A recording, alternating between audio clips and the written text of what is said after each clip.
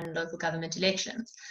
A big thank you to Media Monitoring Africa for hosting this discussion.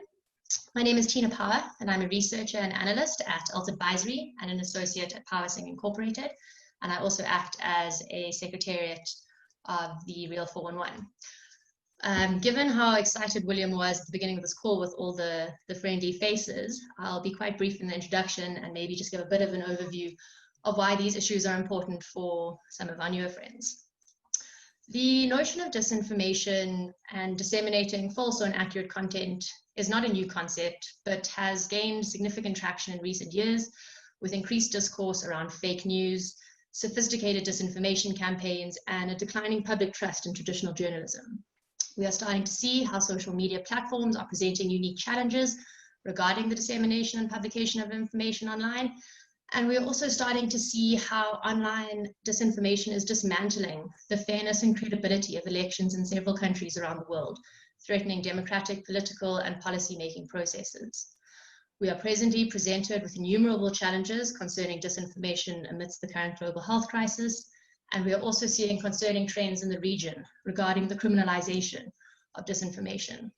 A few weeks ago, the heads of the SADC states at their 40th Ordinary Summit resolved to urge states to take proactive measures to mitigate against external interference, the impact of fake news, and the abuse of social media, especially in the electoral processes. Governments in Zambia, Botswana, Zimbabwe, and more recently, Eswatini, have indicated their intention to move for the criminalization of disinformation, which is concerning for several reasons, including genuine concerns that criminalization is being used as a pretext to clamp down on freedom of expression. So given the relevance and the impact of disinformation, concerns regarding trends in criminalization, our current very complicated context, and the upcoming local municipal elections, it is apposite that we are having this conversation now. Today, we are joined by formidable individuals who I'm sure will provide invaluable insights and food for thought as we reflect on lessons learned from disinformation in a COVID context and navigate a path forward as we approach the 2021 elections. For a brief overview of how this afternoon will go, we will be starting off with Guy Berger, the Director for Freedom of Expression and Media Development at UNESCO. Guy will be offering his perspectives on global disinformation trends, and he will also be sharing his thoughts on what we should be looking out for amidst our upcoming elections. I will then be turning to our fierce female panel, and I will be calling on Acting Director General of the Department of Communications and Digital Technologies, Dr. Nomvuyiso Obachi. I will then be calling on Commissioner Dr. Nomsa Masuku from the Independent Electoral Commission, and then Thandi Smith, the Head of Programs at Media Monitoring Africa, to respond to Guy's insights and give their own insights and predictions from the sectors that they are in. We'll then have some time to engage with some Q&A from the audience, and we will then conclude with an overview from MMA on its plans for 2021 around politic, advertising, and contemporary threats like deepfakes. So we have a lot to get through this afternoon, some really meaningful and exciting topics. Please feel free to use the chat function, and when we get to the Q&A, you can use the hand raising function. Without any further delay, Guy, over to you. Thank you so much, and greetings to everybody, and super that there's interest in joining this panel and tackling this topic, which is actually only coming up next year in terms of the elections. Anyway, as I think everyone has seen with COVID-19, disinformation, whether it starts with a duplicitous and destructive intention or whether it is just naive circulation of falsehoods, it can cause significant harm. And in the case of elections, the prospect of disinformation causing harm is really real. And that goes against many normative instruments. For example, the African Union has guidelines on access to information and elections in Africa. And of course, the International Covenant on Civil and Political Rights gives people two rights: the right to participate in free and fair elections and the right to freedom of expression. And I would also refer people to the World Press Freedom Day Declaration that was adopted in Addis Ababa in 2019, which is called Journalism and Elections in Times of Disinformation. Well, everywhere around the world, disinformation is a massive and a growing problem for the working of democracy. Because, of course, instead of having an informed electorate, you have a disinformed electorate, and therefore you have a distorted election process and result. So there are legal sanctions in some cases against spreading electoral disinformation, and these can be justified as a legitimate limitation on freedom of expression in the interest of protecting the right to vote. For example, disinformation that incites violence against a poll, the results of a poll, is a clear instance where restrictions would be legitimate. The same if there's disinformation that messes with people's knowledge about how and where to register and to cast their vote. Again, it could be legitimate to have legal limits on that kind of expression. But other cases are a lot more difficult, and the line between disinformation and information becomes blurred when you have a contestation of political narratives and the way that different political forces will choose facts and link them together for their different political purposes. And if you try to regulate that through legal means, it has the very high risk of curtailing democratic debates. So I think we have to recognize that in the interest of protecting an election, as important as law and regulation are in their particular roles, there's also a lot of disinformation that does not reach the threshold of legitimate legal limitation of expression. And of course, we have to recognize that there's difficulty in enforcing regulations on the internet, given its transnational and instant character. So this means that we really have to look at responses to electoral disinformation that go beyond the regulatory realm. And there is a lot else that can and has to be done beyond regulation to deal with this problem of disinformation. So here's the solution to disinformation that could threaten South Africa's 2021 local government elections. First part of the solution is to be ahead of the game, like with this webinar. You have to anticipate the various scenarios of electoral disinformation and the possible impacts.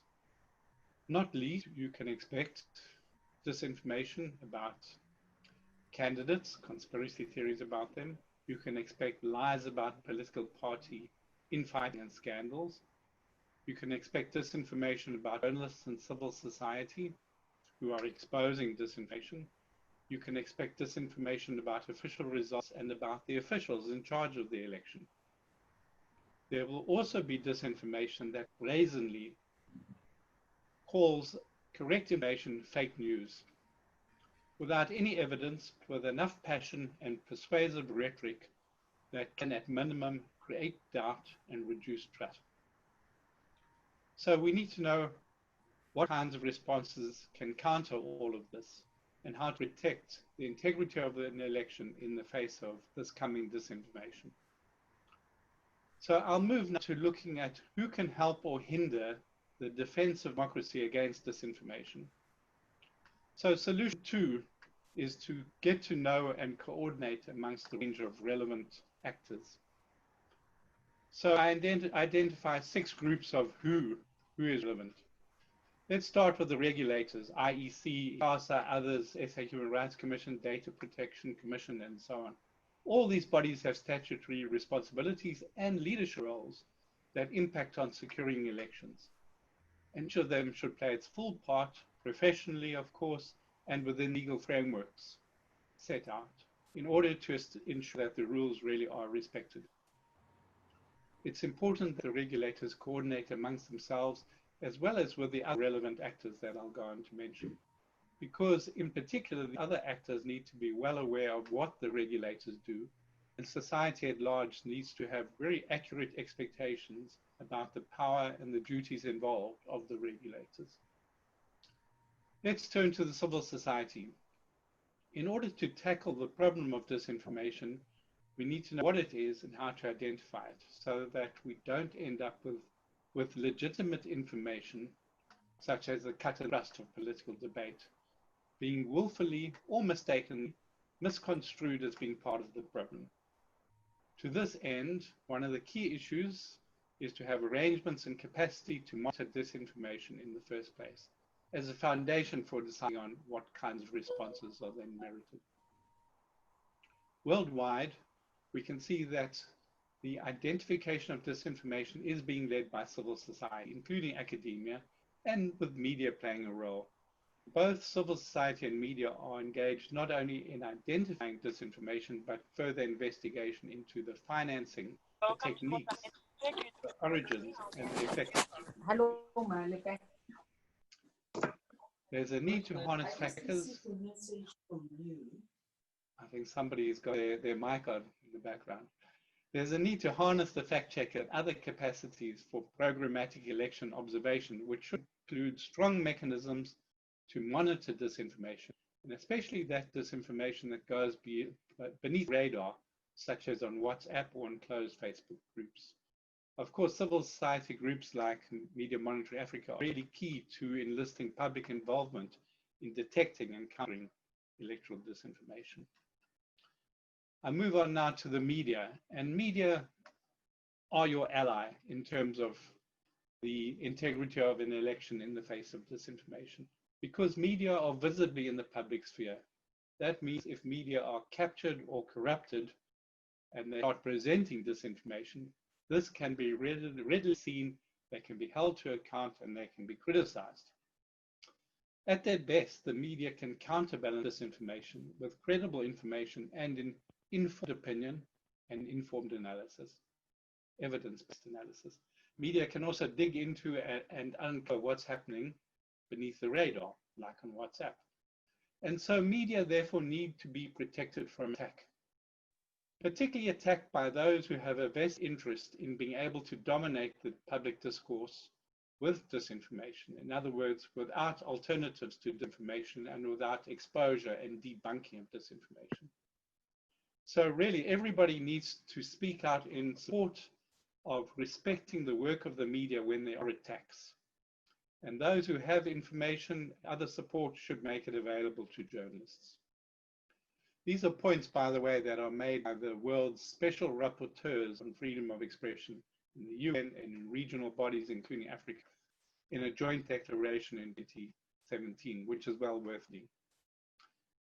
The media will also play a critical part in helping monitor who's financing the parties and the political campaigns. As you know better than me, even the 2018 Political Party Funding Act likely kick in for the first time in 2021. The media can monitor that and also play a key part in monitoring if there is abuse of public office for electoral purposes.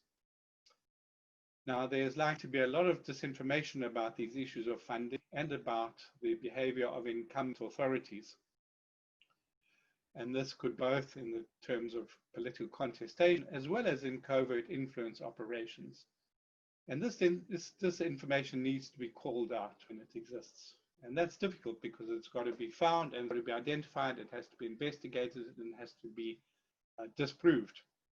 And disproving disinformation is a much more time-consuming job than creating disinformation. Further, media can play a huge part in investigating advertising that uses political micro-targeting.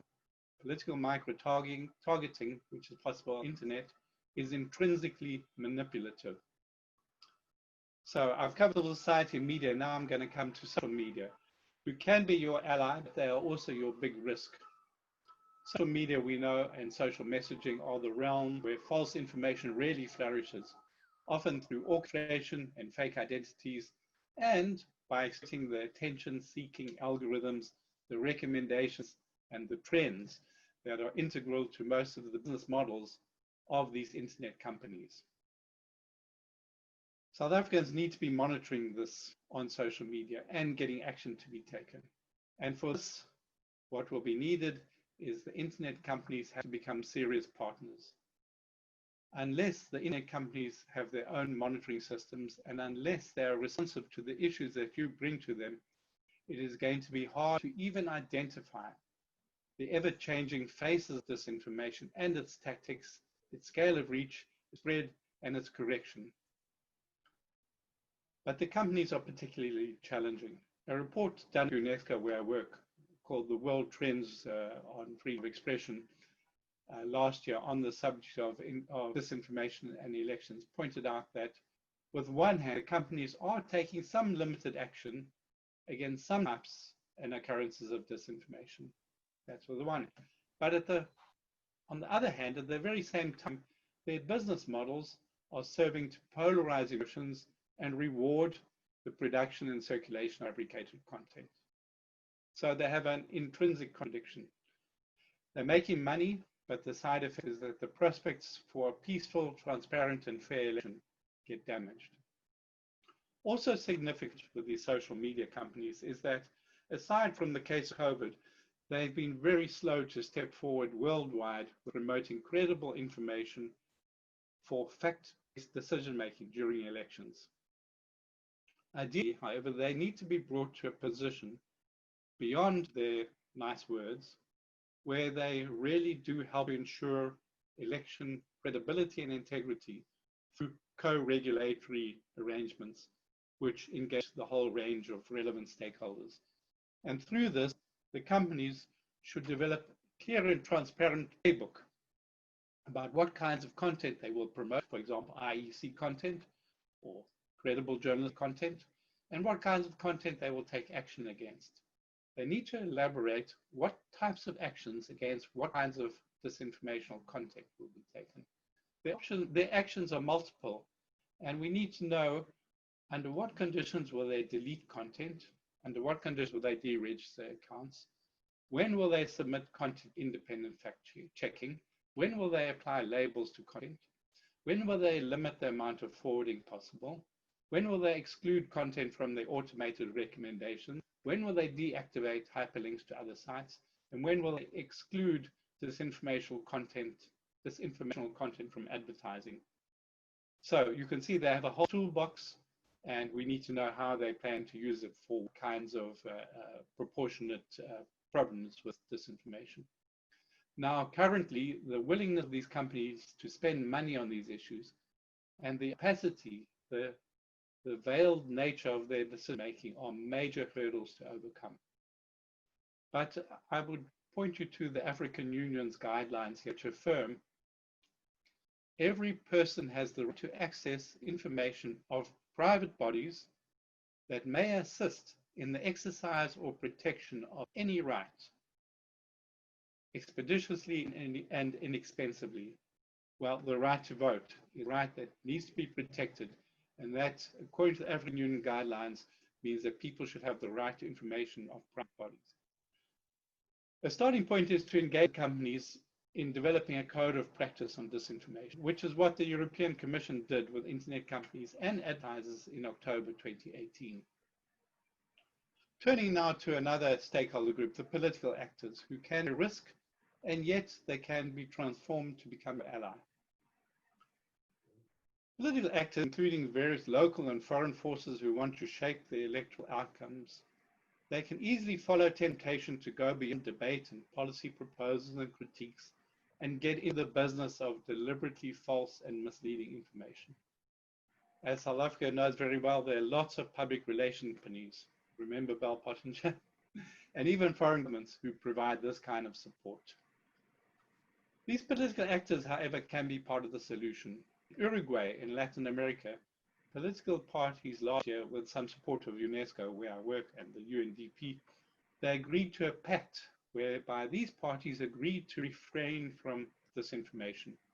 They also agreed to avoid actions or expressions that used aggravating tones against their adversaries, and they agreed to set a consultation mechanism when there were threats or challenges arising to fulfillment of this agreement, of this pact, by all the parties concerned. Their initiative in Uruguay also included capacity building for journalists to cover disinformation, as well as a mechanism to detect disinformation and remove it. In Germany, in 2017, in their general election, all the political parties committed to avoiding social media bots and to micro-targeting. Some of us, like me and my generation, we remember in 1994, South Africa had a code of conduct about how political parties would relate to the media, agreed by the political parties. It could be very opportune now to dust off this code of conduct from 1994, update it and extend its remit to the new digital and disinformation challenges, and try and get the parties to sign up to that. The last group I want to mention are the voters, who should be at center of the fight against information. You might say, duh, obviously elections are about the rights of voters. Indeed, but there is a bit more to this, and I'll make 3 quick points here. First, you, and I expect everybody, wants to see the election to be about the voters' issues, not about the flashy performance of personalities, because you want policy substance to prevail over entertainment spectacle. And the problem with disinformation is that it artificially sets the agenda. It diverts attention away from voters' issues, distracts their focus, and puts the attention on other issues, often without people even knowing that they are being diverted to continuously having to respond to issues proposed by other actors who flood the zone with disinformation. What we want, of course, is people to take charge of the public agenda themselves and assert the need of the electoral contestants to respond to the most pressing issues on the ground. That's first. Second, with a vote, you need to have voters to be alert that dirty tricks will be played and that there will be attempts to manipulate them, including by persons unknown or using fake identities and hidden agendas. They need to be supported, voters, to be aware, and therefore voter education needs to start including media and information literacy. Media and information literacy. Through these media and information literacy skills, citizens can begin to question, why do they get certain content being promoted and prominent on the internet services? How to take a critical distance, a step back.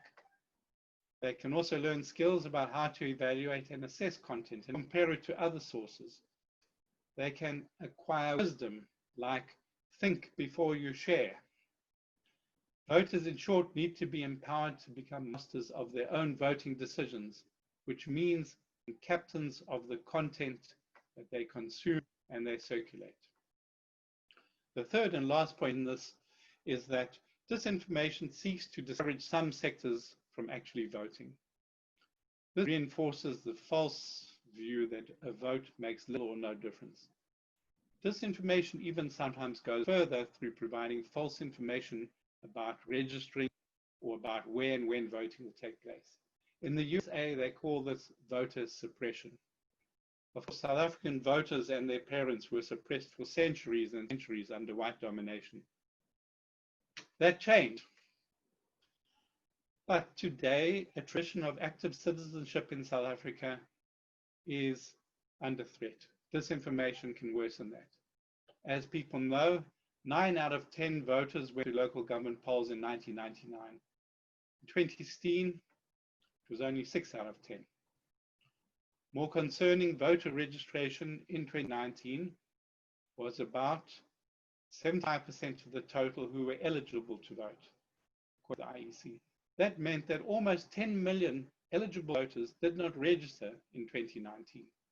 Of these, 6 million were under 30 years old. In other words, 1 in 4 people approximately did not register to vote in the national elections 2019. Disinformation does not want a conscious and active citizenry. It will try to keep people demobilized. Action is needed well ahead of voting day, of course, on this question.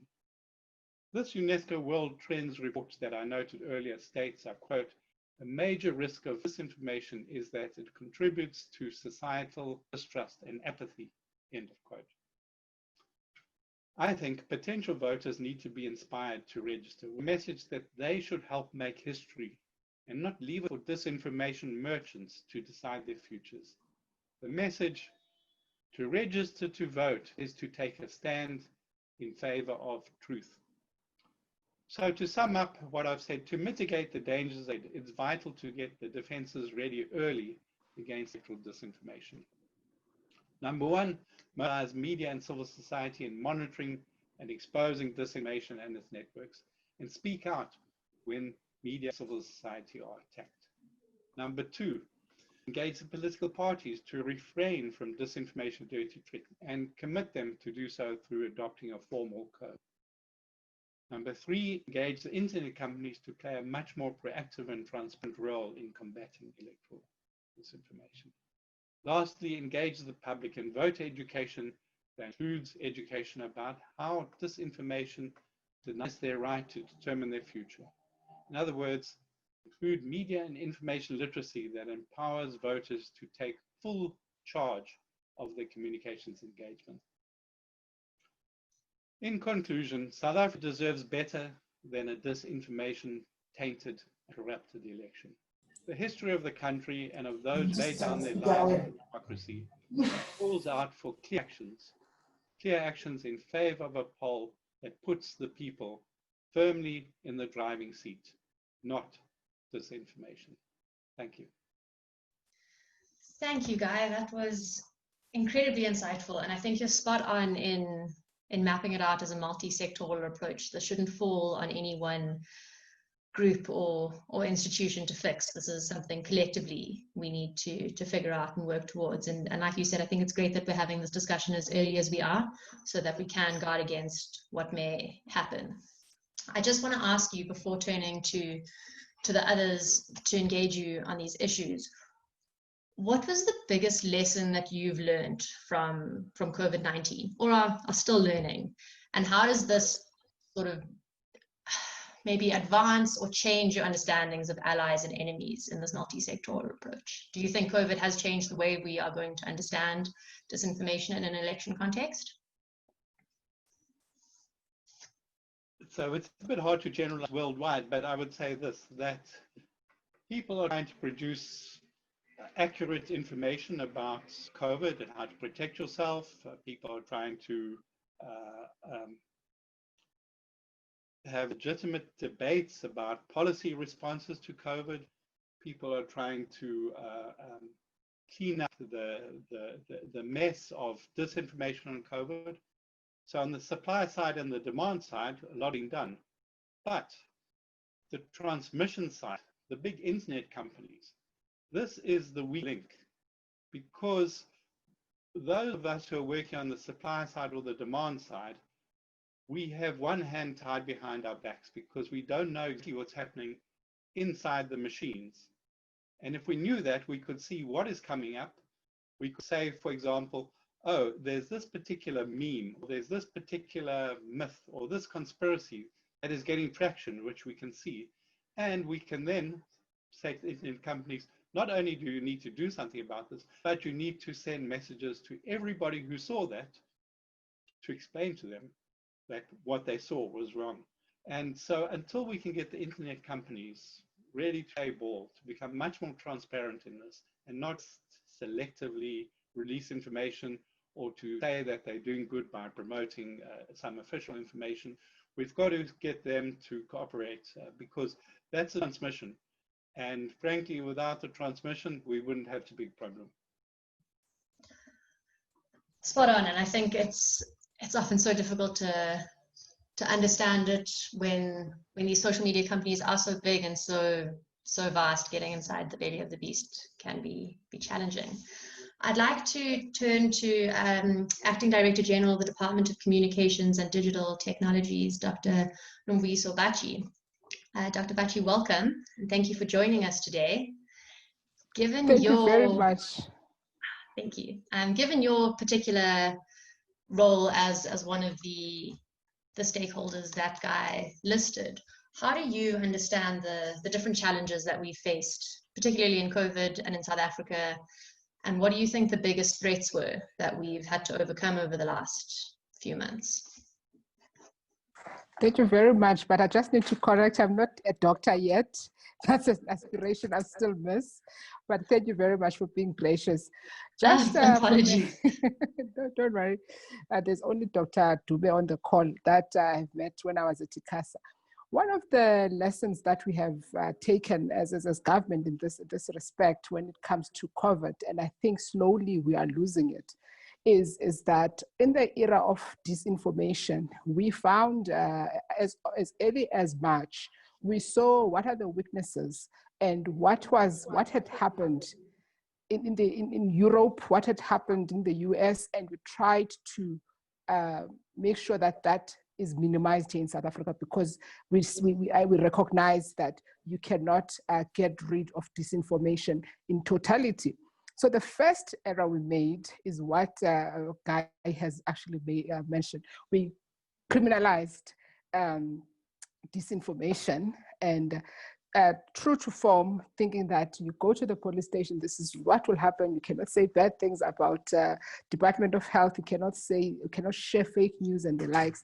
And fortunately, because early on, through one of our agencies, because we created a project management office for purposes of COVID-19 response at Department of Communications and Digital Technologies, and it had a number of streams. One of the streams was OTT and dealing with information and disinformation and fake news.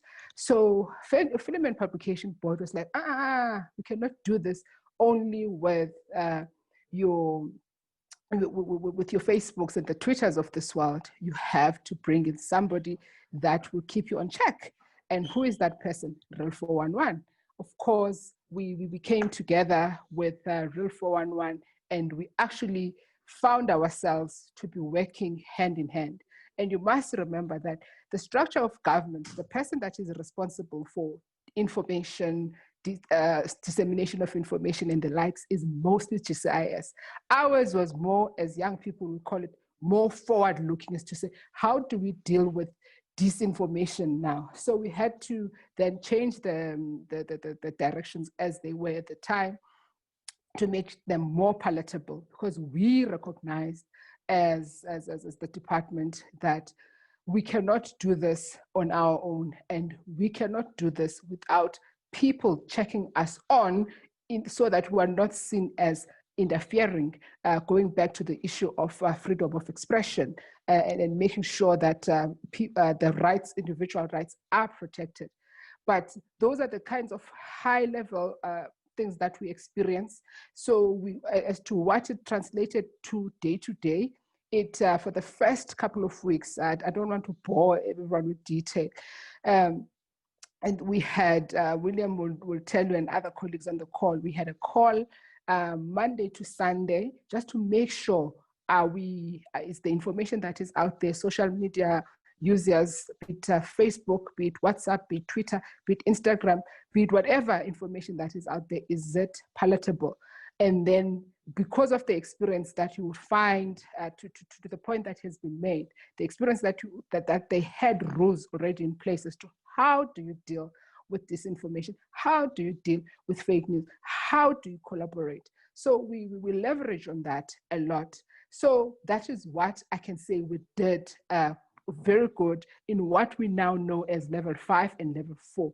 And I can go on and on. So this is just me just setting the scene for now. So I do not know whether you want me to go further than that. Thank you. No, that's wonderful. Thank you. And maybe just one follow-up question, given sort of the having to deal with this in the midst of everything that was going on. I remember I was working on the Real 411 with William and Tundi and others as well during level 5, and the content that was coming out and that is still coming out was really concerning. What are sort of positive lessons that the department has taken away from this that you would like to see implemented going forward, particularly in the context of the 2021 local government elections? If you could maybe just highlight on 1 or 2 positive lessons, that would be great. The positive lesson for us is that you have to have rules in place that are known by everyone. When I say everyone, I mean both government agencies and or social media users, so that the messaging has to be consistent. That is the positive that I've taken. And I'll be disingenuous if I do not say that we have since lost that now since we're in level 2. So, and I'm hoping that for purposes of local government elections, that institutions such as your ICASA, institutions that are responsible for elections, when it comes to information and how information is disseminated to users and voters in general, those institutions need to make sure, I mean, we took the bull by the horn. We were not empowered to do the things that we were doing, but we pushed the envelope That's the one thing that you need to do, that you have all these conventions that have been signed internationally that you can rely on as South Africa, instead of being so boxed and say, no, I cannot do this, I'm not empowered. So those are the lessons. Then last one that I wanted to, you always need, your colleagues, they know me very well, Tandy, and we've had our fights before. You need civil society to do the balancing act, because you cannot have an election without the civil society. And for me personally, and as a person that was at the helm and leading the response to COVID-19, it's something that I go with, even when I present before ministers, before parliament. I say, civil society keeps you sane, keeps you in check, keeps you, I said, they might not be your sister, but they're your favorite cousin. That annoys you, but you need to have them with you throughout the journey. So for me, that is the lesson that I want. I'm saying we need independent institutions taking the lead during elections, not being reactive, preparing for the local government elections. Almost all Chapter 9 institutions need to be on point when it comes to such. That's the lesson that I've taken through this process. Thank you. Thank you. And I think it's, again, coming across clearly that the multi-sectoral approach is what's needed. And as a member of civil society, it's always great to hear that government does look at us fondly, and it's not always a tense relationship. So that is lovely. I would like to touch on your suggestion about rules, but before doing so, I would like to turn to Nomsa. Nomsa is a commissioner at the IEC. And Nomsa, I would like it if you could maybe just give us a bit of an overview on what you think, given what Guy has said and what the DG has said. Do you think the biggest risks are facing us in the upcoming elections? Okay. Thank you very much, Tina, and thank you, Guy, for great input. I think it helps us all. It helps to position all of us as we begin this countdown to the elections. May I just say upfront that on the part of the Electoral Commission, we have started the journey against disinformation a few years ago. In fact, in the run-up to the 2019 elections was when we went into a formal partnership with Media Monitoring Africa. Before that, we had partnerships with both agencies in the private and public sector that helped us to monitor the social media space. Because what was clear to us was that the space of social media was very, it was like the wild west at the time.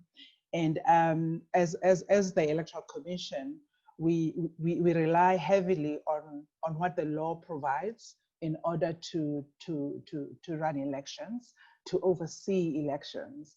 And in that space, even though there is a code of conduct, we found ourselves in a space where we had to bolster the capabilities that we had as an institution, and we went to our usual partners.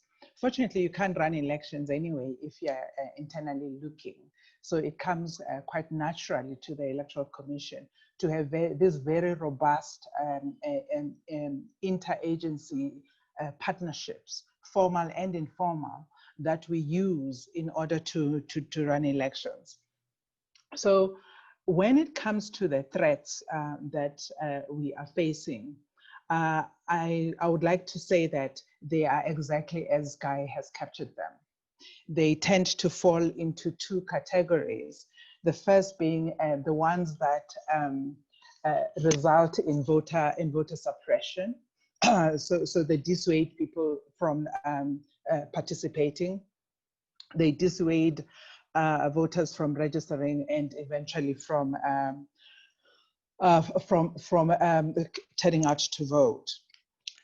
The second one, which I think is much more, life-threatening, is the work that sets out to undermine the trust in the electoral process, and especially the trust in the election management bodies, which is what we are, and casts aspersions at not just the processes, but the institution itself, the Electoral Commission itself, and of the technologies that we use. And what we find is that the methodologies can be quite subtle, others are not as subtle. You find rumors, the spreading of rumors. They are based on half-truths, and they're not quite true.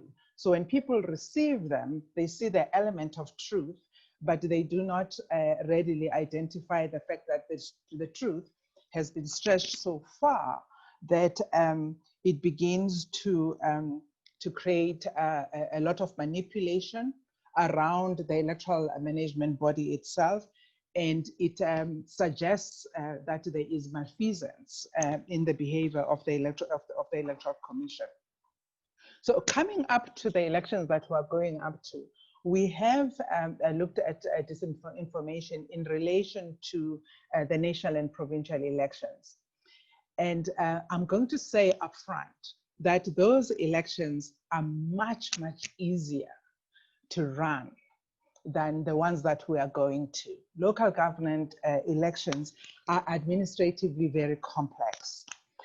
So if we just, if I just run through the levels of complexity of those elections so that it helps us think through the levels of partnerships that we have to manage and what it is that we're confronting.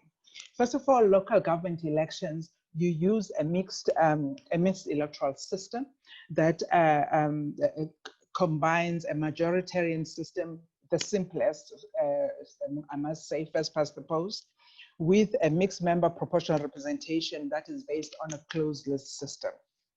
And there's a multitude of disinformation that just relates to the complexity that people have to deal with that.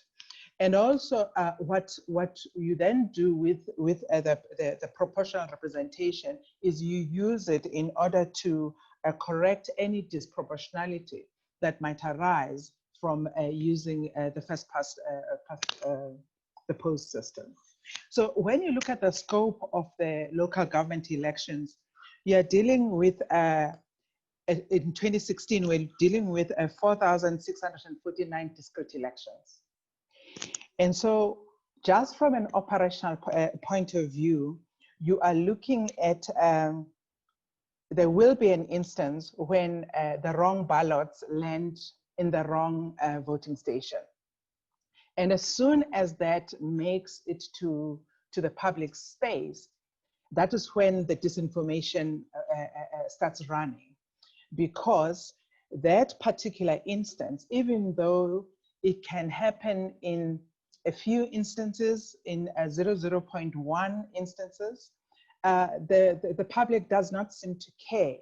It says, because you got it wrong in this one instance, we can't trust you to run the rest of the elections. It doesn't matter that you are running the elections well in 99% of the voting stations. Then on top of the complexity that we face with just any local government election, the next local government election will also be taking place towards the end of the year. So it will be the rainy season in most of South Africa. One of the most blatant forms of disinformation is to tell people that elections have been cancelled because of the rain, because tents have blown away, etc., etc. So people use those kinds of problems that you encounter because of inclement weather in order to say that you cannot be trusted to run an election. Then the other matters that we will be facing is that you will recall that in 2019, there was a big issue in South Africa that arose from an alleged double voting. And as you know, bad news seems to move way, way faster than good news. So the fact that these were attempts at double voting did not make the newsline, but it made huge fodder for those that were perpetuating disinformation. And in this instance, even the media that is in South Africa firmly behind the Electoral Commission and helps us to do a lot of work, and we have very, very good relationships with the media. They were put in a spot where they felt, well, we've got to go and test the system and find out if you can vote twice, which was in fact breaking the law.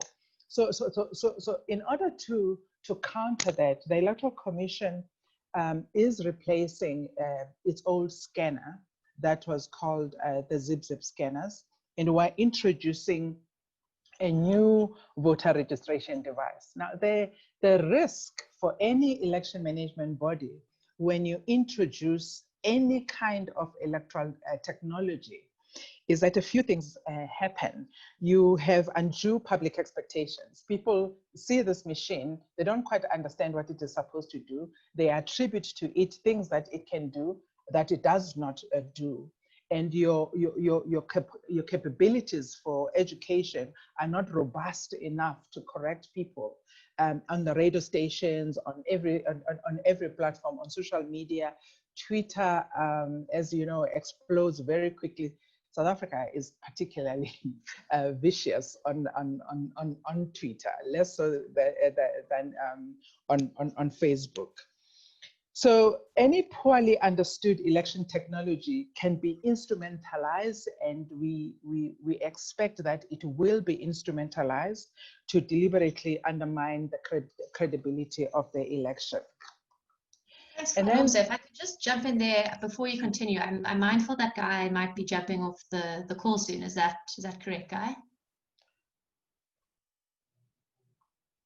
I beg your pardon? I think Guy might be jumping off the call soon, so I just want to engage him a little bit further. No, I have another 10 minutes. I beg your pardon? I have 10 minutes. Okay, great.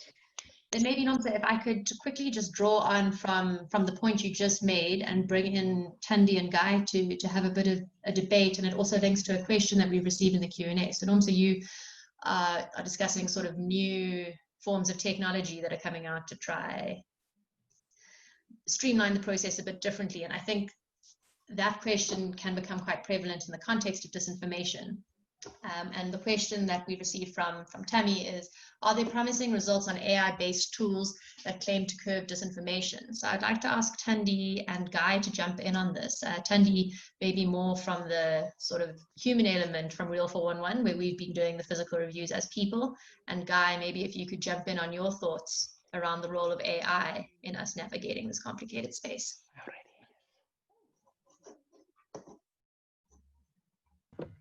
All right, Tina, do you want me to jump in there with just talking about Real 411 overview, and then we'll move to Guy.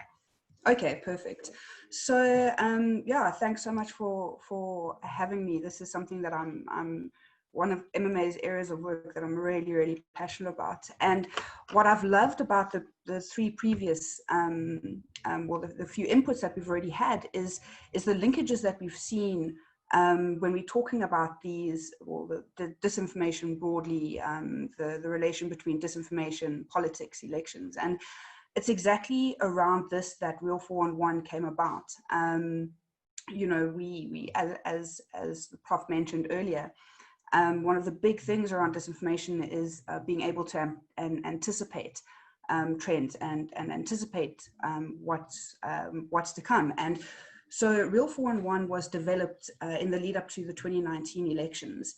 And since then, the platform has grown into this more of a system that deals with a number of different digital offenses, including disinformation, incitement to violence, hate speech, and harassment of journalists. And one of the biggest challenges that we're seeing is that disinformation isn't something that's isolated to pure disinformation. When you see this content online, you see this crossover with elements of hate speech, elements of incitement.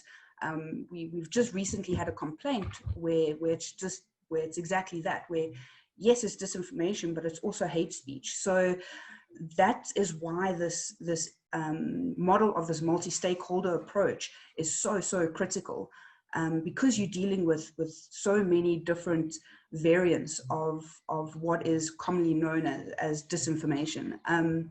But just to then quickly touch on the actual platform itself, we've really seen the value of the platform and really been focusing on the development of the system over the COVID period.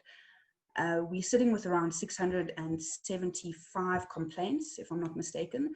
And we've seen various, peaks and troughs of complaints around disinformation related to COVID coming through. And, that is also to be expected, as we see, the general anxiety and the general focus of COVID sort of shifting in this period. We see complaints reducing around that as well. And I just wanted to also, speak to the value of we spoke about tech and AI, but the value of Real 411 at the moment is that we're doing just that. We're using AI to recognize complaints and to start recognizing trends. We're using image recognition to fast track these processes, and to really speed up the response to complaints, because of the nature of disinformation and the nature of how quickly this spreads and how quickly you have to react. And the other thing that I wanted to bring in, which was also mentioned earlier, is that the importance of media literacy, and also digital literacy. And that's also a big component of what we do with Real 411. And so, Tina, as you mentioned, it's not purely, you can't purely rely on tech or going back a few steps, one stakeholder, one regulatory body. We've seen how politics comes into play when you try and have government regulating. We've seen how difficult it is we cannot rely on platforms to purely be involved because of the misguided context and local context that gets missed when you have these international bodies. So it really has to be a mixed model, multi-stakeholder response, which Real 411 encompasses just that. Thanks, Thandi. I'll get back to you a bit more on some of the trends that you've picked up. I just want to turn to Guy to see if there's any last comments from you, if you have any particular insights on AI, or just final remarks on setting us on the right path as we move towards the 2021 elections. Well, I have a short comment on the AI, which is that the complexity here is you've got to consider identifying what is disinformation. That's one action. And then what happens to it, that's the second action. And of course, if you misidentify, you can have actions that are not fair and which can penalize good information. I think in the case of identifying disinformation, it's compared to copyright. Copyright is very easy because you can see is it the same song or the same video? That's technically you can do that quite easily. You can increasingly with AI begin to identify manipulated media. In other words, there was a video and now it's been manipulated to the way it's been slowed down or its elements added and so on. And that is something that's growing, and that's important because you have technology called deep fakes. But at the same time, it's a little bit difficult to think that AI can always identify some of these things. So AI could identify if it was a video of me that's been manipulated. If there was a video of a person who's constructed completely out of algorithms, the only way to tell that that's not a real person is ultimately to compare it with all the other images of people in the world, and that's not possible, and that raises other issues. So anyway, I'm saying that AI, in terms of identifying content that's disinformation, it's a bit tricky, it's a bit complicated, especially if you get beyond images and you're talking about text, because text is meaningful, it's words, and words are not so simple. But where AI is becoming relevant is in behaviors. because disinformation, not simply content, it's also how people are trying to spread that content. And AI can begin to say, oh, there are 100 newly created accounts who are amplifying each other, for example, using automated technology. And so AI can begin to get towards disinformation through that, through looking at that. I think everybody on this probably knows about the famous Lerato Pillay, who's been exposed as part of an orchestrated campaign in South African Twitter. So AI has got a role there. The question is, of course, internet companies are the ones that are really going to use AI most because of the resources and so on. And it's always important that, one, they do have the possibility for humans to review.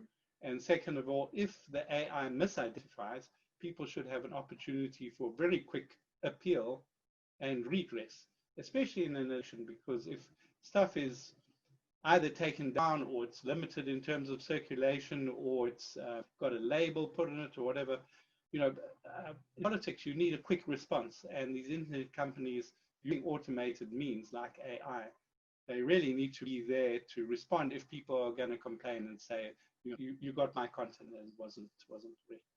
That, of course, depends on the political will of the internet companies.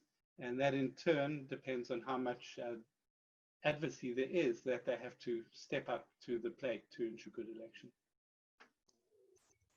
Guy, thank you so much for your time and your invaluable contributions. I'm sure everybody here has really appreciated your insights, and I hope we can continue these conversations offline and on other platforms in the future. And I hope everyone has heeded your call for the multi-sectoral approach so that we can be equipped for the 2021 elections. Good. Thank you so much. Sorry I can't stay because it's extremely interesting. I would love to hear more of the panelists, but unfortunately I've got to go. I said to William I'm happy to share the transcript of my remarks, so if people want that. That would be amazing. Thank you so much, Guy. Okay. Wonderful. Stay safe. Everybody. Sorry. Bye. I think then touching on how Guy ended off there and us navigating the complex issues of when AI can be important and when the human interaction is important. And there's obviously complications with both. Humans are humans and mistakes can happen, but there are also difficulties with AI. I would like to turn back briefly to the Acting Director General and maybe just ask you what your thoughts are on how we can better, and touching on what Thandi suggested, better equip members of the public to be informed and what the department sees its role as in advancing digital literacy and media literacy. DG, are you with us? Oh, yes, I'm still here. Sorry, it's a bit hot. I had to take off my coat. So you were saying the role that we can play insofar as digital literacy and just general. What we are doing currently, we're having a number of agencies, one of whom being NEMISA, wherein we are pushing for digital literacy. But I know that the shortcoming insofar as this webinar and it's insofar as preparing for elections in 2021 is that it is not focused on elections. It is more generic, wherein it's just preparing users of media just generally about digital literacy. But not only that, because we're having a number of implementing agencies, we're doing this similar education with the Film and Publication Board. However, insofar as preparing for elections, which we have noticed not necessarily elections, but now due to COVID, how a person will see you without a mask and will start spreading all sorts of things about you, that how do we then equip people, in the examples that have been made by Dr. Dube just now, we equip voters to ensure that they're educated in this era of social media. And I go back, and I'm showing my age, to the first time that we voted in 1994, and I just turned the right age to vote. So that year we had massive campaigns. However, those campaigns cannot be only led by one institution. There has to be, the lesson that I've taken from COVID, there has to be concerted effort that government institutions that are implementing agencies, government in itself, we have government communications and information systems, which is GSIS, has to be assisting in ensuring that there is messaging, and messaging that says, these are the red flags that should be there. Just to digress a bit, when you're looking at the documents that even Guy has sent out before this talk, I went and I checked on, countries are allowed to lodge a complaint against a social media company. In South Africa, we only had one complaint, like at a country level. If the reports, the transparency reports, when you go to developer on your Facebook or Twitter, South Africa, we only have one complaint. You have countries that have hundreds, and at a country level, not at an individual level. So for me, it also shows that as policymakers, we are not equipped, that there will be disinformation at a government level through these various platforms, but there's only one throughout. It is the strangest thing. Even our neighbors next door have more complaints than we've ever, that we have. We only have one. So it's something that is not only to voters, to users, it's also ourselves as policymakers. We need to know what is it that we're dealing with, and how to protect our the policy making framework that we're dealing with on a day-to-day basis. Thank you. Thanks, DG. That's really helpful and very interesting. I'll be curious to find out from Thandi if she has an input on that. But before turning to Thandi, Nomsa, I'd like to turn back to you. I just had one brief comment, and then I'm going to turn to a question that's been raised in the Q&A, and it relates to the complexities that you raised about the local municipal elections. And I just wanted to flag that given the recent judgment of the Constitutional Court and the fact that our electoral regime may be changing for the next national elections, it will be interesting to see the administrative challenges that the IEC will face, and what link or what bearing that'll have on disinformation. But that was just an aside comment. Moving to a question from the Q&A for you, Nomsa. It says that elections are funded mainly by the government of the day. The IEC therefore may feel vulnerable to the influence of the ruling party. How do we ensure the neutrality and objectivity of the IEC? Do you have any insights on that? Yes, I do. The Electoral Commission is not a government institution. It's a state institution, and it is protected by law from any interference by any government of the day. So yes, we get our funding from the national fiscus, but we are not beholden to any government. We report directly to Parliament, and therefore we are duly protected by not just the majority party, but by everyone else that is in the legislatures, because everyone has a vested interest in making sure that the Electoral Commission remains apolitical and non-partisan. But once again, I think citizens must learn to follow through for themselves and check that we are indeed independent. For example, when we release our annual statements to interrogate the business of the Electoral Commission is something that I would encourage every single citizen to do. It's rather difficult to explain things to people with the character limitations on Twitter.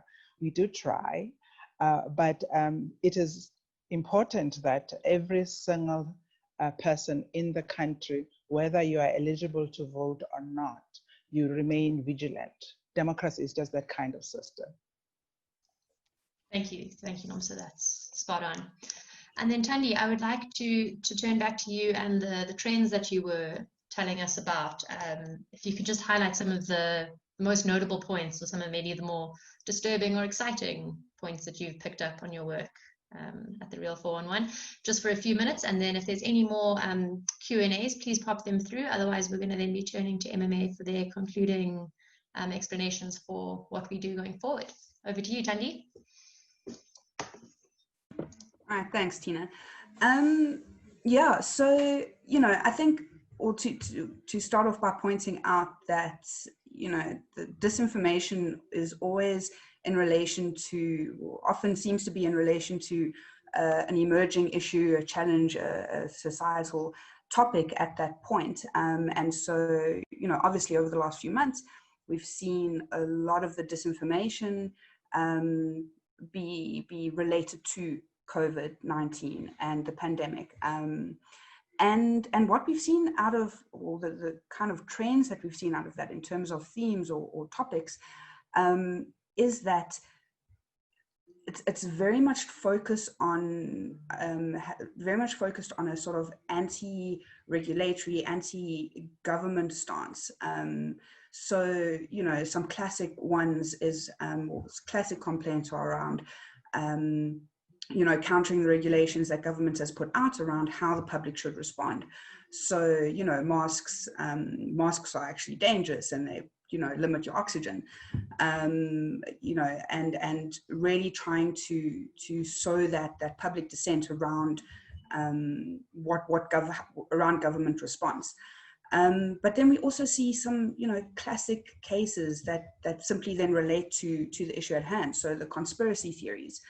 You have the classic conspiracy theorists. I think recently we've seen an example of David Icke coming out claiming that, COVID just simply isn't real. And the last one that I want to touch on is, the phishing scams and the classic scams. So it's not that all of this is suddenly new, but it's taking your traditional models of, causing public harm and just, transferring it onto what people are focused on. So we often see scams coming through around how, one that comes to mind was when there was a lot of talk about the government grants, government COVID grants. And, people would then start sending out messages, particularly on WhatsApp. And WhatsApp was mentioned early on as being one of the most dangerous platforms for this kind of content. But for people to provide their bank account details and things like that. And I think all of that draws to the point that, when we're looking at disinformation, one of the key things that is so important to remember is around the intention of sharing content, and the disinformation, or the intention of disinformation, is to cause public harm. That is the one thing that you can't yet do with AI and tech. You can't let a computer decide on intention. And so I think that's also one of the key things around this sort of mixed model. But yeah, those are some of the trends that we are seeing. And then Thandi, on sort of conspiracy theories, because I definitely went down a couple rabbit holes when I was doing some work for the Real 411. And in terms, what do you think the next sort of conspiracy trends will be? And do you think there will be any conspiracy trends in relation to the upcoming elections? Do we need to be concerned about the Russians? Is that something that's applicable in our context? What are you anticipating? What are your sort of like key trends going forward that you think will be prevalent? Well, I think that we have already seen, kind of response to conspiracy theories, and or the conspiracy theorist response to what we've been going through over the last few months. And there's absolutely no reason to not anticipate conspiracy theories going forward, and especially in the lead up to elections. But I do think that because we're dealing with local government elections, that we might not necessarily see classic conspiracy theories around elections, but we can anticipate political interests, political factions, and as Prof. Guy Berger mentioned right in the very beginning, that your disinformation and information to quote, becomes very blurred when you have political interests at play. And I think that is one of the most important things that we will need to look out for. And yeah, I think that as long as we can be prepared for that, as long as we can have the multi-stakeholder approach to addressing these challenges, you know, I think that we will try and be, you know, as prepared as possible. And I think I'd also like to quickly just take this time to mention that, you know, the Real 411 and the system isn't a isolated project, but we have a number of really, really valuable partners, you know, such as SANEF, Press Council, Africa Check, and a number of individuals and experts, you know, Tina, yourself, Alta Advisory as well, who have all contributed to making the Real 411 a success. Thanks, Tandy. Yeah, and well done to MMA for leading that process. Before we turn to MMA for the final concluding marks, there are a few questions that I'm going to pose, and Commissioner and DG, feel free to jump in. The first relates to the role of the media and what steps media entities should take to improve the vetting of sources and avoid becoming a tool for others' nefarious intentions. And the second question relates to the accreditation of civil society organizations and how we understand the role of civil society organizations in the context of elections. Should we start with the first one? Do either of you, Commissioner or DG, have any input on the steps the media should be taking to vet sources?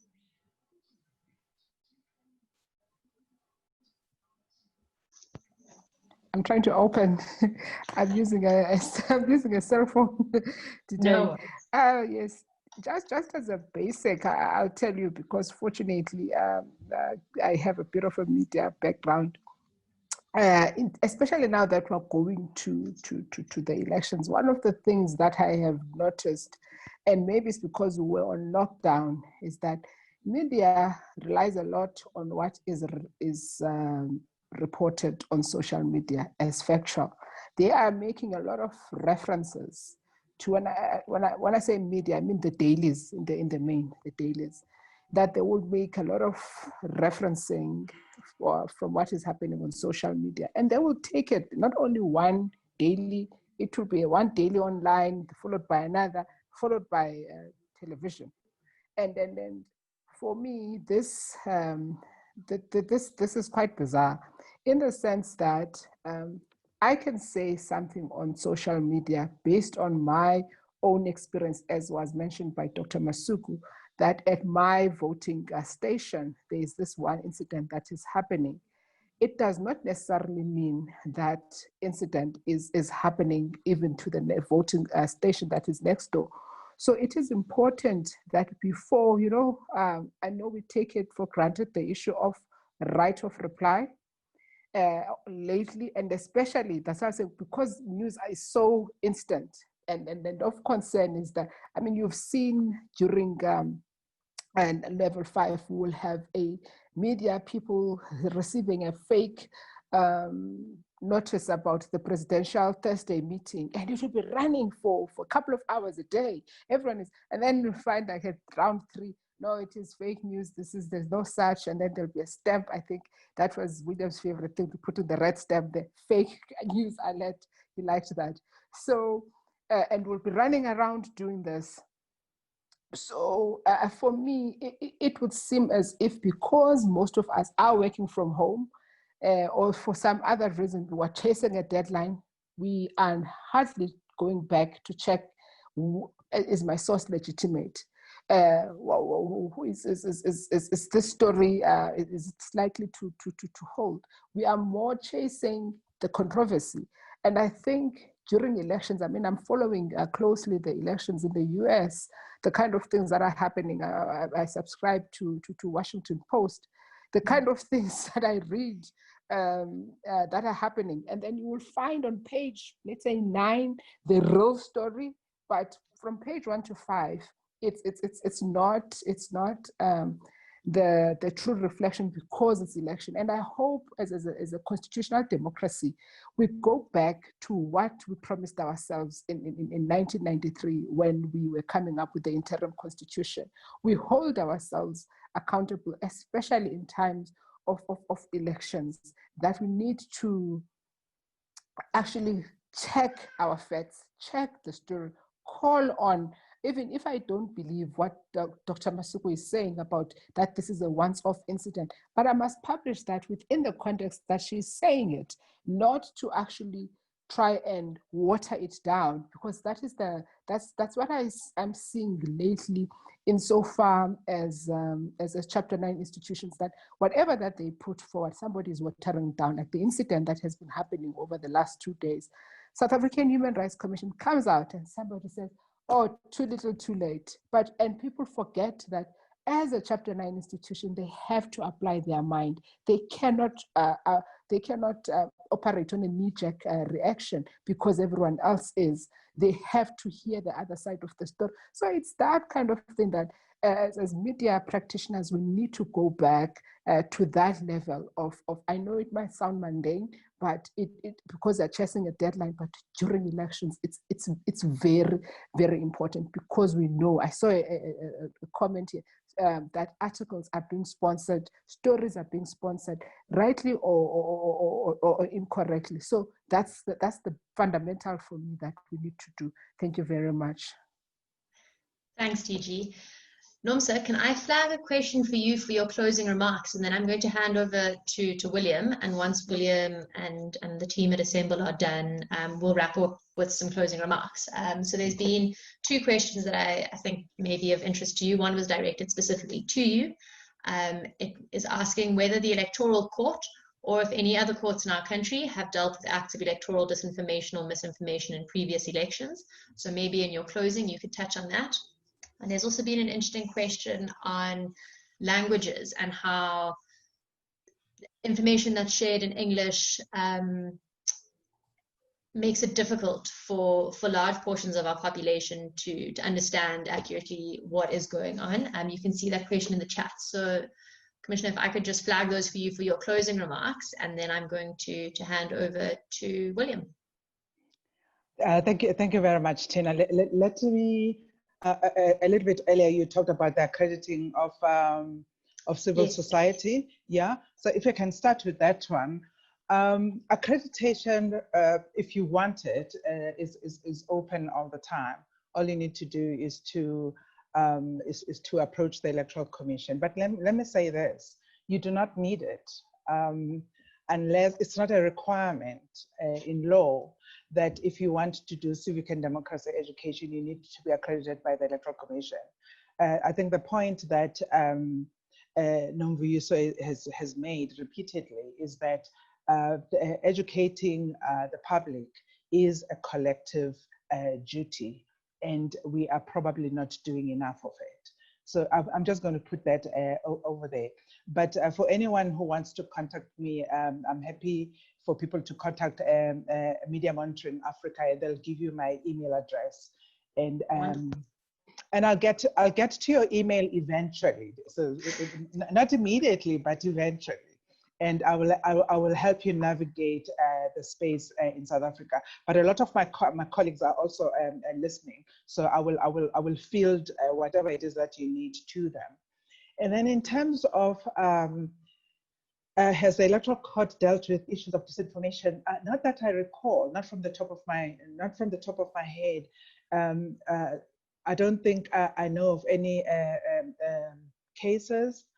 But yes, I am in a webinar. I am under pressure. Maybe my thinking skills are not as sharp as they should be. But I'm not aware of it. We have had cases of what shall I call it, defamation that have gone to court in relation to the last election, and it did go to court, and it was before the Electoral Court, and it was ruled upon.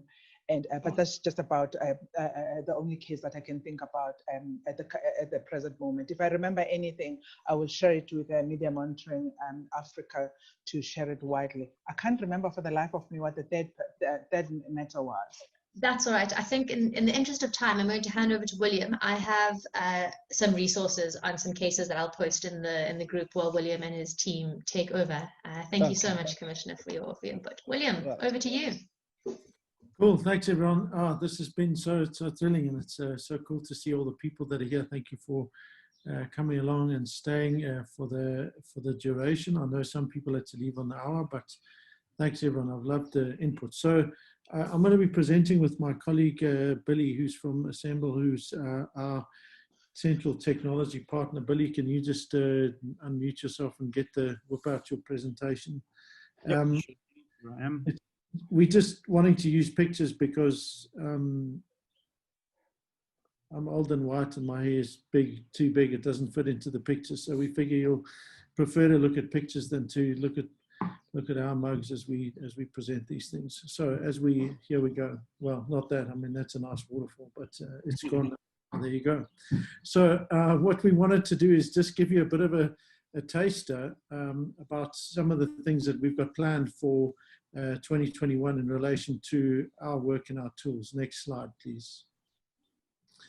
So for Real 411, what we're already doing, and this, I'm so pleased someone asked the question about AI, is that we are using a number of tools to help with automatic identification of some of these digital wrongs, and they're making that process a lot smoother. There are a number of new versions that we're building into Real 411 already this year that we've built in. I think Tundi maybe mentioned a couple, and there'll be more of those. We're also looking at tighter integration with our external services, and including social media platforms. I saw one of our technology partners, another one, social media partner, I should say, was here on the call. I don't know if many of if some of our other friends and colleagues were. And then also looking at Spotter network and a greater drive in public awareness around some of these issues. And we're looking at an established mechanism for resolving bulk and network complaints. So what that means is a lot of the time we're seeing some excellent things being done by the likes of Africa Check and DFR, for example. And this is a way and a means of making sure that that stuff goes to the next level beyond the exposing of those particular wrongs. And we're looking at a radically upgraded Padre service, and the Padre was the political advert repository. Because of the developments in technology, there are a number of things that are there now that we'll be able to offer to the various political parties in terms of helping verify their stuff. And that brings us on nicely to our next big thing, which is going to be led by Billy. Yeah, thank you for your time. So we're going to just show you a couple of quick things that we've started researching for the upcoming elections as well as in general. And one of the things that actually has already been mentioned, but I thought we could dig a bit deeper into that, is the concept of deep fakes. Now, what deep fakes are, it's a combination of the word deep learning and fake, and it comes from using machine learning to create manipulated images. There's the definition over there. But yeah, we're going to take you through a bit of what we're researching regarding deep fakes. Okay, better than a definition is an example.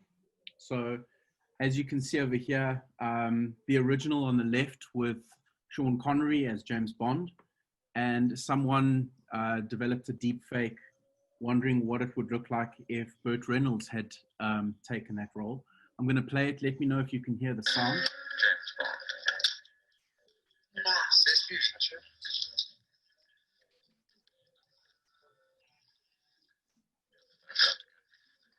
It's an idea at that. Okay, so as you can see, in near real time, you can get another image of someone else saying and doing things that are not that were not really them. Now, this is pretty harmless in many areas, but it can actually become a threat, especially if it's used as a tool in the political arena or in the media sphere. So the problem is this, is that deepfakes are getting easier to produce and more difficult for people to detect.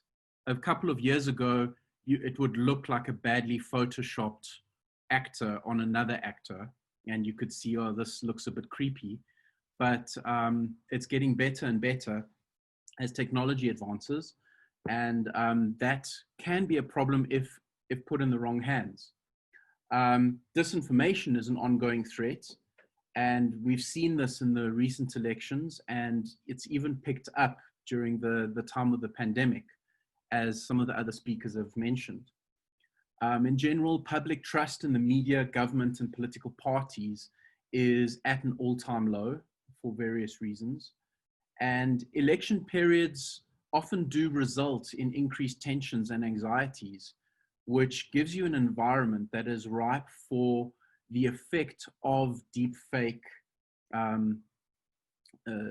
advertising or deepfake media going out, having a massive impact, and hence further undermining the public trust and also undermining the democracy. So the goals of our project is we want to have a public mechanism that helps to combat deepfakes. And so we've started putting down ideas as to what this looks like. Because this is very new territory, we haven't pinned down final resolves yet, but we're just at the process of researching this. So we're looking at developing a means to ensure that original videos and images can be certified as such. We're looking at working with political parties in the upcoming elections to help them protect their content and to ensure that everything that they produce is uploaded to the political ad repo or Padre. We want to work with credible media houses and journalists and ensure that their content is certified and is easily distinguished as such. The overall idea is that if it's easier to certify something that's authentic, then the idea is that in the public mind, they will start to question, is something authentic? Whereas at the moment, without any distinguishing factors, the public just accept everything that they see. Building a public interface where any user can check on an image or video to verify if it's original or not. And then not determining if content is a deepfake, but rather to empower users to know that it is not original and that it has been altered. So giving the users, giving the media houses, giving the political parties and various actors the tools to verify and check their stuff.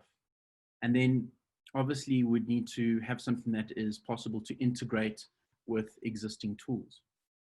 So our research looks like this. We're exploring mechanisms of registering content as authentic. We're discovering feasible technology implementations. It sounds very vague at the moment, and it's because we're still in the early days. We also seek to bolster structure of registering credible sources and authoritative sources.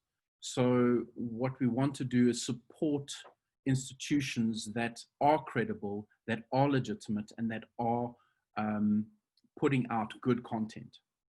And then we're looking to build a prototype of the system so that we can effortlessly tag and track content. We're also investigating the viability of easy-to-use solutions, which include watermarking and verification codes, so QR codes and stuff like that. There are some challenges. Obviously, if we're in innovation, challenges the middle name. So the tech challenges is making sure that the tech that we're looking into is, first of all, viable, manageable, and affordable. It needs to actually be a solution. There are stakeholder challenges. We need buy-in from key players. So we need buy-in from media houses, obviously political parties, which have started with Padre, key institutions such as the IEC and the South African government, who we have a history of working with and who we seek to work with going forward. And then obviously there's the larger challenge, and this is one that's, I think, difficult to chip away with technology, but a strategic aim should be to solve this challenge, which is to educate the public. So we're always playing catch up with these new things that are coming out, and people are always being duped by them. And they're abusing content with technology, and the technology is always advancing. So to get into the minds of people the idea that you can't always trust what you see with your eyes. And then quickly, the blueprint of our solution. The system will need to work with existing tools that fight disinformation and undergird legitimate credibility. So these are some of the tools that we've had. It will need to be easy to use as a public user or as an original content creator. It will need to be sustainable. So there'll obviously need to be a free tier to allow a lot of people to use it, and then potentially have a premium tier, a paid for service that this paid tier will cover support and maintenance, additional features, additional services, those things. And then we will also use existing established services to make sure that the service costs are competitive. If something already exists, I saw a question earlier about open source. We investigate the tools that are out there. We investigate the platforms that are out there. We investigate what we have, and we build what's missing and link those things together. So the service should be as robust as possible, and it should also be an improvement on current solutions. So if we want people to use it, it needs to be better than what they have currently. And that's pretty much a snapshot of what we're researching. Thank you. Thanks, Billy. I think maybe one of the sectors we missed out on when we were discussing our multi-sectoral approach was the tech people. We sometimes get so wrapped up in seeing social media platforms as scary, but they are really good people doing amazing tech work. So thank you for all of your support. Cognizant that we are out of time, I just want to quickly turn to Justine. Your hand is raised. Justine, would you like to give us your comment and or question within sort of 30 seconds, if possible?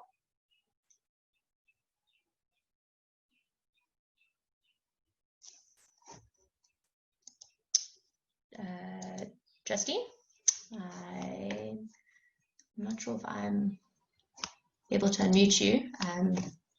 Maybe just type in the chat function. While we wait for Justine, I would just like to wrap off with some thank yous.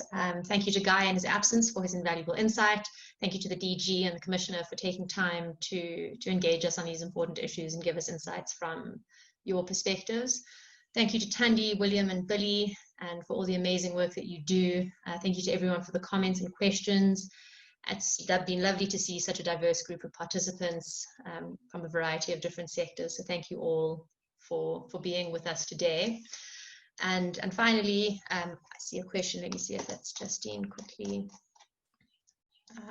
One last question. Maybe I'll respond in the chat, just mindful of time. A final thank you to MMA. In times of such uncertainty, it's amazing to have a team that is constantly fighting the good fight. It's reassuring to know that we have such feisty members of society who are always willing to do the right thing. So thank you so much. I've just heard a mic go off. Justine, hi. Yes, hi. Can you hear me? Yes, I can. Hi. Sorry about that. I don't know if I just heard my name being mentioned as I walked back in. I was just stepped away from my computer for a minute. Sorry. There was someone at the gate. Justine, we just saw your hand up, so we wanted to see if you had a quick 30 Oh, second no, it's fine. I actually submitted my question, so deal with it in the chats. That's fine. Okay, wonderful. Thank you so much. Sorry. Okay. No worries. Thanks, Justine. William, if there's anything else you would like to touch on or go over any of the other questions, let me know. I'm in your hands. Right, thanks everyone. I think we can wrap it up and say we're done. If anyone wants to stay on for the next few minutes, you're very welcome. I'm going to just reply to some of the questions. A huge thanks to Tina. For those of you who were observant and looked at the ad and thought you were coming to see Songezo Zibi facilitate, you'd see that there is a slight difference between Songezo and Tina, and that is because sadly Songezo was not well. And so we approached Tina, and she very, very kindly agreed to do this, and I think she's done an excellent job. So thanks so much. Nomsa, thank you so very much for your outstanding input. Nomvuyiso, thank you so much. I'm going to harass you about the loved cousin who's always annoying you. I thank you for your, both of you, for your outstanding inputs. Thank you, Wella, for your excellent inputs as always. And thank you to everyone for joining and supporting this. It's so cool to see you here. Have a good afternoon, everybody. Cheers. Thank you for having us. Thanks, everyone. Thank you very much, guys. Bye.